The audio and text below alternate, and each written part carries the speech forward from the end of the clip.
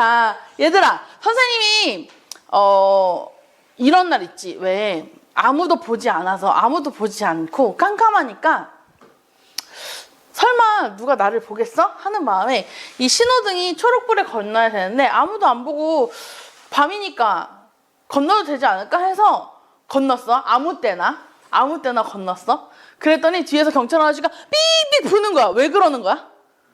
무단횡단을 했기 때문이겠지. 자, 두 번째로 선생님이 차를 막 운전을 하는데 이게 안전벨트를 매기까지 시간이 좀 너무 이렇게 출근이 늦어가지고 막 이제 급해서 안전벨트를 매지 않고 출근을 했어. 그런데 앞에서 경찰 아저씨가 나를 세워. 왜 때문이야? 안전벨트를 안 매겼기 때문이지. 자, 그러면 한 번 더. 선생님이 차를 운전하고 집에 이제 이번에 퇴근하는 길이야. 퇴근하는 길에 막 이제 집에 가는데 경찰 아저씨가 나를 세우더니 저 창문을 열어보래. 근데 한번 부르래. 그리고 감사합니다 하고 가래. 왜 뭐 한 거야? 음주 측정한 거야. 자, 얘들아, 이 모든 것들은 우리가 살아가는 데 있어서 우리가 살아가는 세상 속에서 우리가 이런 법들을 지켜야 돼라는 규칙이 있는 거야. 맞아요? 맞아요? 규칙이 있는 거예요. 맞아요? 맞습니까? 네. 우리가 세상을 살아가는데 규칙이 없고 질서가 없다면 이 세상은 어지러울까? 어지럽겠지. 무단횡단을 하는 사람들이 많을 거고 술을 마시고 운전을 하는 사람들이 많을 거고 안전벨트의 중요성을 몰라서 사람들과 차끼리 부딪히는 일들도 많아질 거야. 선생님이 여러 나라를 다녀보면서 가장 인상 깊었던 교통 규칙이 있었어. 어떤 나라의 교통 규칙이었냐면 미국에 갔을 때인데 선생님만 이렇게 열심히 걸어가고 있는데 갑자기 저쪽에서 스쿨버스가 오는 거야. 미국에서는 스쿨버스가 얘들 있잖아. 대통령 차보다 좋다며? 스쿨버스가? 그렇대. 걔 선생님이 걸어가고 있는데 저쪽에서 스쿨버스가 이렇게 쭉 오는 거야. 그런데 스쿨버스가 정차를 하니까 무슨 일이 생겼냐면 주변에 가던 자전거마저도 멈추는 거야. 나는 그냥 주변에 오는 차만 멈추는 줄 알았는데 뭐도 멈췄어? 자전거도 멈추는 거야. 선생님 그거 보고 깜짝 놀랐어. 이게 그들끼리 살아가는 뭐야? 규칙이라는 거야. 이렇듯이 우리가 사는 세상은 규칙이라는 게 있어. 이것은 우리가 함께 살아가기 위해서 서로가 서로 정해놓은 거란 말이에요. 세상은 혼자 살 수 있는 것처럼 보이지만 사실 혼자 살 수 없어요. 그래서 사람들 간에 규칙이라는 걸 만들었지. 얘들아, 게임도 혼자 하는 게 재밌어? 친구랑 하는 게 재밌어? 같이 하는 게 재밌잖아. 선생님이 어제 집에서 게임을 하는데 컴퓨터랑 하니까 재밌게, 재미없게? 재미없어. 그래서 한 2판 하고 끝냈나? 자, 이런 것처럼 우리가 세상을 살아갈 때 혼자 사는 것보다 함께 사는 게 더 좋아서 서로 규칙이라는 걸 만들어놨단 말이야. 그런데 얘들아 생각해보자. 하나님이 세상을 창조하실 때도 뭐가 있었어? 규칙이 있었어. 하나님이 세상을 창조하실 때도 규칙이 있었어. 얘들아, 하나님 첫째 날 무엇을 창조하셨어? 빛이 있으라고 했지. 둘째 날 그럼 하나님이 뭐 창조하셨는지 알아? 하늘에 물을 갈라서 그러니까 하늘과 땅의 그 경계를 만들었단 말이야. 그럼 셋째 날 뭘 만들었는지 알아? 물을 걷어서 땅을 만들었어. 그러면 여기서 퀴즈. 넷째 날 뭘 만드셨을까? 땡. 자, 첫째 날 하나님 뭘 만드셨지? 빛을 만들었지. 넷째 날 뭘 만들었을까? 땡땡땡땡땡땡. 아니, 해와 달과 별을 만들었어. 자, 둘째 날 하나님이 뭐를 했지? 물을 갈랐지. 둘째 날 하나님이 넷째 날 하나님, 다섯째 날 하나님이 뭐 만들었을까? 아니야. 하늘의 새와 바다의 물고기를 만들었어. 그럼 맞나? 하나, 둘, 셋, 넷, 다섯. 여섯째 날. 자, 여섯째 날, 그러니까 셋째 날은 하나님이 물을 걷어서 땅을 만들었지. 자, 여섯째 날 하나님이 뭘 만들었게? 육지 동물들을 만든 거야. 하나님도 다 규칙이 있었던 거지. 자, 얘들아, 이렇게 하나님도 세상을 창조하실 때 규칙을 가지고 세상을 창조하셨단 말이야. 그리고 그 규칙 안에서 만들어진 이 세상 속에 하나님을 섬기는 백성들이 생겼을 때 하나님이 그들에게 율법이라는 걸 줬어. 그리고 첫 번째 계명이 뭐였어? 첫 번째 계명이 뭐였어? 나 외에 다른 신은 섬기지 말아라. 얘들아, 그리고 이 율법을 통해서 우리는 이게 잘못된 건가? 잘못되지 않은 건가? 라는 것들을 구별할 수 있는 힘이 생기게 됐어. 오늘 우리가 같이 읽진 않았는데 로마서 7장 7절 말씀에 이런 말씀이 있어. 다 같이 읽어볼까? 시작! 그러면 우리가 무엇이라고 말을 하겠습니까? 율법이 죄입니까? 그럴 수 없습니다. 그러나 율법에 비추어 보지 않았다면 나는 죄가 무엇인지 알지 못하였을 것입니다. 율법에 탐내지 말아라 하지 않았다면 탐심이 무엇인지를 알지 못하였을 것입니다. 여러분, 이처럼 율법에는 사람이 무엇이 죄인지 죄가 아닌지 구별할 수 있게 되어 있어. 무엇이 옳은 일인지 무엇이 옳지 않은 일인지 마치 이게 죄 진단 키트인 것처럼 그렇게 표현이 되어 있단 말이야. 우리가 로마서를 계속 읽고 있기 때문에 우리가 죄인인지 아닌지 구별하는 삶을 살아가는 부분에 대해서 계속해서 우리가 로마서를 통해서 보고 있는데, 이 율법은 우리가 세상에 살아가는데 가장 필요한 기준이 되는 법은 우리가 죽었을 때 그게 우리에게 판단을 할 수 있을까? 살아있을 때 우리를 기준할 수 있을까? 살아있을 때 우리에게 적용이 된다라는 거야. 만약에 우리가 죽으면 이 세상의 율법과 우리가 정해놓은 그 법들은 우리에게 적용이 돼요? 안 돼요? 안 돼요. 이건 우리가 뭐 할 때만이야? 살아있을 때만이라는 거야. 봐봐. 로마서에도 똑같이 말씀이 나온다. 다 같이 시작. 결혼한 여자는 그 남편이 살아있는 동안에는 법으로 남편에게 매여 있으나 남편이 죽으면 남편의 법에서 풀려납니다. 우리가 살아있는 동안 내가 죄를 지었는지 아닌지를 알 수 있는 율법의 기준은 필요해. 내가 하는 행동이 죄인지 아닌지 알 수 있는 도구가 되기 때문인데, 그런데 우리가 예수님을 믿음으로써 이제는 율법에 있지 않고 어디에 있다 그랬지? 생명 아래 있다고 이야기를 했어. 우리에게는 선택할 수 있는 뭐가 있어? 선택할 수 있는 뭐가 있어? 자유가 있다는 거야. 우리는 선택할 수 있는 자유가 있다는 거야. 내가 죄를 선택할 건지 옳은 것을 선택할 건지 이 선택할 수 있는 자유 누구에게 있어? 나에게 있어. 다만 그것을 기준하는 기준이 있다는 거지. 자, 얘들아, 오늘 로마서 7장을 통해서 여러분 이제 율법이 아닌 성령으로 살아가십시오라고 바울이 이야기를 해. 그래서 우리 같이 로마서 7장 5절부터 6절 같이 읽어볼게요. 다 같이 시작! 이전에 우리가 육신을 따라 살아갈 때는 율법으로 말미암아 일어나는 죄의 욕정이 우리 몸의 지체 안에서 작용해서 죽음에 이르는 열매를 맺었습니다. 그러나 지금은 우리를 올감했던 것에 대해서 죽어서 율법에서 풀려났습니다. 그래서 우리는 문자의 얽매인 낡은 정신으로 하나님을 섬기지 않고 성령이 주시는 새 정신으로 하나님을 섬깁니다. 아멘. 우리가 예수님을 통해서 영원한 생명을 얻었어. 더 이상 우리는 율법이 아니라 하나님이 주시는 성령 안에서 우리가 그 은혜로 살아가. 아멘이십니까?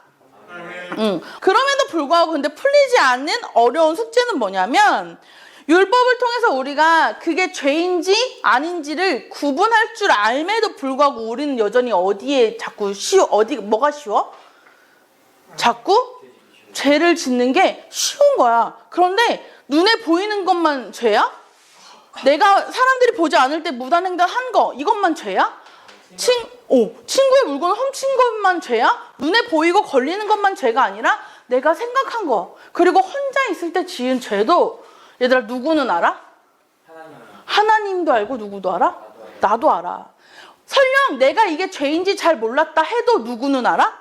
하나님은 안다는 거야. 우리는 율법이 신령한 것인 줄 알아. 그러나 나는 어디에 매였대? 육정에 매인 존재로서 죄 아래 팔린 몸이래. 육정이 뭔지 알아, 얘들아? 너무 어렵잖아, 말이. 그래서 선생님이 영어 성경을 좀 잠깐 봤어. 우리는 다 안 돼. 법이 신령한 것인 건 안 돼. 그런데 나는 돈에 매여 있는 거야. 돈에 매여 있는 거야. 물질에 매여 있는 거야. 그리고 죄의 노예로 나를 팔아버린 거지.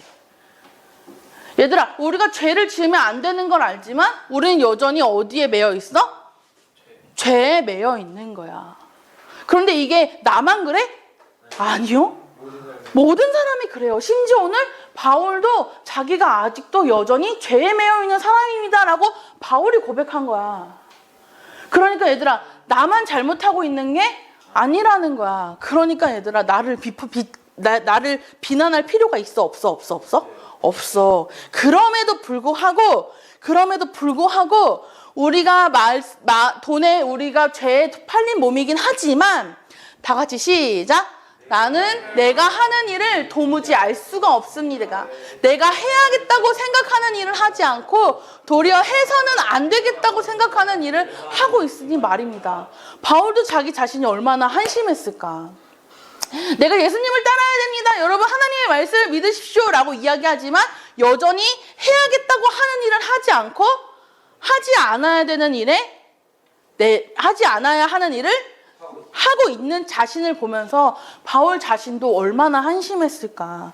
죄가 죄인 거 우리 모두가 다 알아. 그럼에도 불구하고 계속해서 우리는 죄에 매여 있다라는 겁니다. 그것은 나만 가지고 있는 문제가 아니라 우리 모두가 동일하게 겪고 있는 이 어려움이라는 사실입니다. 그리고 얘들아, 바울이 이런 깨달음을 얻었어. 다 같이 시작. 여기에서 나는 법칙 하나를 발견하였습니다. 곧 나는 선을 행하려고 하는데 그러한 나에게 악이 붙어 있다는 것입니다. 나는 속 사람으로는 하나님의 법을 즐거워하나 내 지체는 다른 법이 있어서 내 마음의 법과 맞서 싸우며 내 지체에 있는 죄의 법에서 나를 포로로 만드는 것을 봅니다. 그리고 바울이 이렇게 이야기를 해. 나는 비참한 사람입니다. 누가 이 죽음의 몸에서 나를 건져주시겠습니까? 바울이 깨달은 바는 있어. 그런데 여전히 우리는 어디에 매여 있다고? 죄에 매여 있다고. 그러니까 바울이 이렇게 표현을 했어. 나는 비참한 사람입니다. 누가 나를 과연 죄에서 건져주겠습니까? 어떤 사람이 나를 죽음에서 건져주겠습니까? 나는 이 정도밖에 안 되는 사람인가? 나는 죄에서 벗어나지 못하는 사람인가? 라는 고민을 계속해서 하는 거지. 그런데 얘들아, 이 고민은 마치 누구의 고민 같아? 이게 오로지 바울의 고민일까? 우리의 고민이기도 하다는 겁니다. 이게 여러분만의 고민일까요? 아니요. 우리 선생님들의 고민이기도 합니다. 세상을 살아가는 모든 사람들이 이건 내가 해야 하는 일이야, 이건 하지 말아야 되는 일이야 라고 구분할 줄은 알지만 내가 해야 하는 일을 하는 게 쉬워, 안 해야 하는 일을 하는 게 쉬워? 예를 들어서 이런 거야. 지금 이 시간에 핸드폰을 하는 시간인가? 아니야. 이 시간은 지금 나랑 같이 말씀을 나누는 시간이란 말이야. 그런데 나도 모르게 핸드폰에서 울리는 이 알람 소리에 몸이 가는 거지. 자동 반사야, 이건. 그지? 자동 반사. 그리고 핸드폰 게임의 알람이 울릴 것만 같고 마치 지금 게임을 하지 않으면 내 레벨이 다 떨어질 것만 같은. 이건 자동 반사야.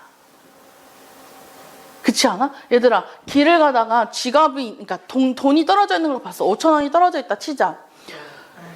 우리가 초등학교 때 배웠기로는 그 돈을 주워서 어디 갖다 줘야 돼? 사실은 경찰서에 갖다 줘야 되는 게 맞아. 근데 우리는 그 돈을 보면 어떡하지? 먹어요. 내가 쓰는 게 더 편하다는 거야. 얘들아, 내가 어떤 행동을 하다가 나쁜 행동을 하다가 걸렸어. 그럼 사실은 우린 진실을 말하는 게 더 편한데, 진실을 말해야 일이 쉽게 끝나는데, 그런데 우리는 가끔 뭘로 나를 포장하지? 거짓으로 나를 포장하는 거야. 거짓말 하는 게 쉬우니까. 자, 친구 때문에 화가 났어. 이 친구를, 그래, 너가 나를 화가 나게 했구나. 이 나쁜 친구야. 그치만 나는 너를 사랑해 하고 안아주는 게 쉬워? 아니면 한 대 때리는 게 쉬워? 때리는 게 쉽다는 거야. 죄가 죄인 걸 알지만 여전히 우리는 거기에서 잘 벗어나지를 못한다라는 거지. 때로는 어떤 상황에 우리가 후회를 할 때가 있어. 맞아요? 때리지 말고 그냥 한번 안아줄 걸. 이런 생각 한 적 있어요? 훔치지 말고 그냥 내 돈 주고 살 걸. 혹은 그때 거짓말 하지 말고 사실대로 말할 걸. 이라는 후회하는 일들이 반복되는 모습을 보면서 나는 왜 그러지? 이것밖에 안 되나? 라는 생각에 휩싸일 수가 있지만 여러분 우리에게 생명을 주시고 우리의 삶을 계획하신 분은 우리에게 너의 삶이 비참하다라고 이야기한 적이 단 한 번도 없으십니다. 아멘이십니까? 아멘. 어떤 누구도 그 비참한 내 현실에서 나를 건져줄 순 없지만 나를 유일하게 건져주실 수 있는 예수님은 다르다라는 것입니다. 25절 말씀을 같이 읽어볼까요? 시작! 우리 주 예수 그리스도를 통하여 나를 건져주신 하나님께 감사를 드립니다. 그러니 나 자신은 마음으로는 하나님의 법을 섬기고 육신으로는 죄의 법을 섬기고 있습니다. 아멘. 우리가 죄인이건 악인이건 그걸 묻지도 따지지도 않으시는 예수님은 우리 한 사람 한 사람의 그 존재로서 사랑하시는 하나님은 우리에게 오늘도 죄를 고백할 수 있고 용서를 구할 수 있는 기회를 주시는 줄로 믿습니다. 아멘. 아멘. 그리고 우리 스스로도 예수님이 주신 생명 안에서 우리는 더욱더 거룩하기 위해 애써야 하는 줄로 믿습니다. 아멘이십니까? 우리는 그 사실을 잊지 않기를 소원합니다. 더 이상 죄에 빠지는 것이 아니라 우리가 하나님의 영광을 위해서 더욱더 거룩하기를 소망합니다. 아멘이십니까?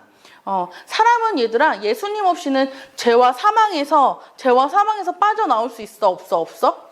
없다고 이야기했어요. 하나님 없이는 하나님 없이 사는 사람은 몸으로도 죄를 짓고 마음으로도 영으로도 죄를 지워. 그래서 영원한 생명을 얻을 수조차 없다라는 거예요. 선생님이 좋아하는 영화가 하나 있는데 궁합이라는 영화에서 심은경이 이런 이야기를 해. 네, 인생에서 사랑을 빼면 무엇이 남겠습니까? 라고 이야기를 해. 내가 사랑하는 사람과 나는 결혼을 하고 싶습니다. 라는 이야기를 한단 말이야. 그런데 얘들아 그렇다면 우리 인생에서 예수님을 빼면 무엇이 남을까? 우리의 인생에서 예수님을 빼면? 여러분 예수님 없이 살아갈 수 있을까요? 예수님 없이는 우리가 살아갈 수 없는 존재라는 걸 잊지 않았으면 좋겠어요. 이게 무슨 얘기냐 하면 선생님도 어제 이 말씀을 준비하면서 고민에 더 많은 고민을 했는데 예수님 믿지 않는 사람들 세상에 많아. 그런데 우리는 왜 예수님을 믿고 이 시간을 지키려고 하는 걸까? 그 사람들도 오늘 똑같이 사는데. 그런데 얘들아 예수님을 뺀 인생에 감사가 남지 않고 예수님을 뺀 인생엔 은혜가 없고 예수님을 뺀 인생엔 사랑이 없는 줄로 믿어요. 얘들아 인생에서 사랑을 빼면 무엇이 남겠냐는 거야. 인생에서 예수님의 사랑을 빼버리면 우리는 여전히 죄에 갇혀있는 사람일 텐데 예수님의 사랑, 예수님의 은혜, 예수님의 헌신, 하나님의 그 값없는 은혜 때문에 오늘도 우리가 살아가는 줄로 믿어요. 아멘이십니까? 여러분 우리 주 예수 그리스도를 통하여서 오늘 바울이 이야기한 것은 나를 건져주신 하나님께 감사드린다라는 겁니다. 여전히 죄에 빠져 살아갈 수밖에 없었던 우리를 하나님의 은혜로 예수 그리스도를 통해서 우리가 그 죄에서 건져진 줄로 믿습니다. 아멘이십니까? 우리가 하나님의 법을 섬기고 있기 때문에 예수님과 함께 살아가기 때문에 하나님이 오늘도 우리에게 살아갈 기회를 주신 줄로 믿습니다. 아멘? 아멘이십니까? 아멘. 우리가 지난주에 나누었던 말씀 중에서 가장 중요하게 기억해야 하는 건 우리는 죄 아래 있지 않고 은혜 아래 있다라는 사실입니다. 아멘? 우리가 죄 아래 있지 않고 은혜 아래 있을 수 있는 가장 큰 이유는 예수 그리스도의 사랑 때문인 줄로 믿습니다. 아멘? 아멘. 우리가 여전히 그럼에도 불구하고 기억해야 하는 사실은 은혜 아래 있다고 내 모든 죄가 씻겨버렸다고 난 밖에 나가서 계속 죄를 지어도 된다고 안 된다고? 더욱더 그 은혜를 위해서 거룩해지기 위해 애써야 한다라는 사실입니다. 아멘이십니까? 아멘. 예수님을 믿는 우리가 지금 여기에서 하나님의 은혜 가운데 그리스도의 안에서 성령의 인도하심을 따라 살아가는 존재가 되어야 되는 줄로 믿습니다. 아멘? 아멘. 우리는 그런 존재라는 사실을 잊지 않기를 소원합니다. 그런데 예수님을 믿는 우리마저 여전히 죄의 노예로 살아간다면 세상에 변화가 있을까요? 없겠죠.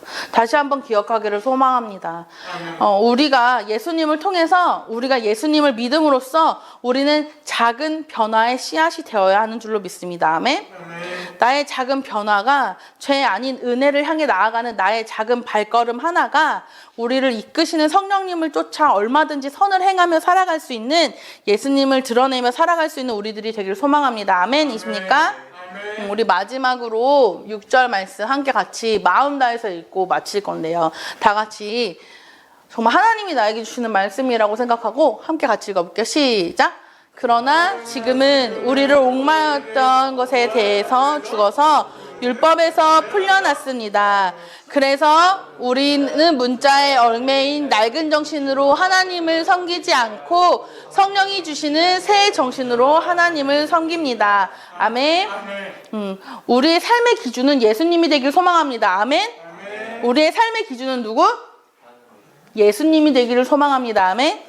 우리에게 새 정신을 주시는 하나님을 섬기는 우리가 되기를 소망합니다. 아멘.